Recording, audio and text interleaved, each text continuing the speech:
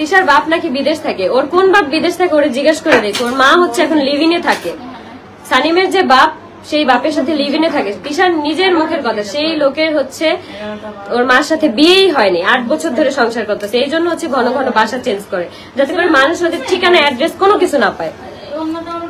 বললাম না, আমি আমার মুখ এখন খুলতে বাধ্য করছিস না, আমি সবকিছু বলবো, দেখবো তোর আমার কোনটা সিরিয়াস। মানে এত ভালোবাসে। সত্যি বলো, তিশার ভাই বোন কি সব এক বাপের? তিশা আর সামি হচ্ছে এক বাপের, যে বাবা হচ্ছে আমাদের সাথে থাকতো, আর সানিম হচ্ছে আরেকজনের।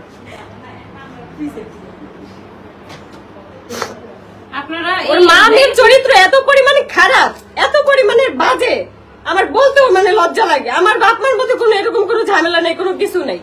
ওর কোন বাপ বিদেশে থাকে দেখায় না কেন? ওই বাপেরে দেখায় না কেন? দেখতে চাও তোমরা, দেখায় না কেন? সেই বাপের সাথে বিয়ে হয়েছে, ওর মা জাগার লোভে ওই লোকের বিয়ে করে তারপর হচ্ছে গ্রাম থেকে চলে আসছে। এখন আর কমেন্ট করে না কেন?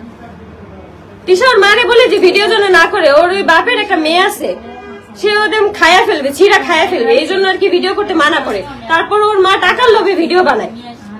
এত নাটকবাজ মহিলা, মানে মুখে মিষ্টি মিষ্টি কথা বলে মানুষের পিছন দিয়ে একদম এককালা বাসটা ভরা দেয়।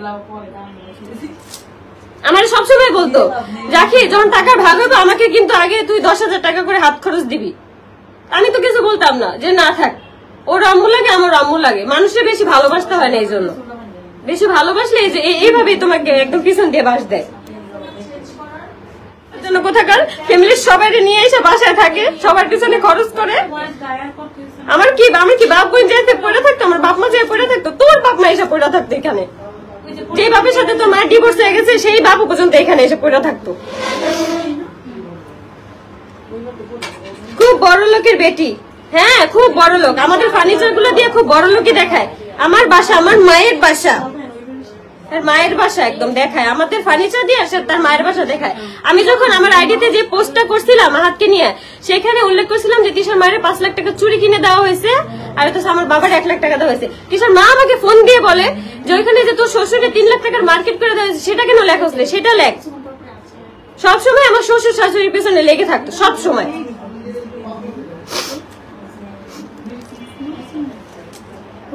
ফোন না অগেবার, ফোন যে কোন জায়গা দিয়ে দিব এটা খালি ওরা দেখবে।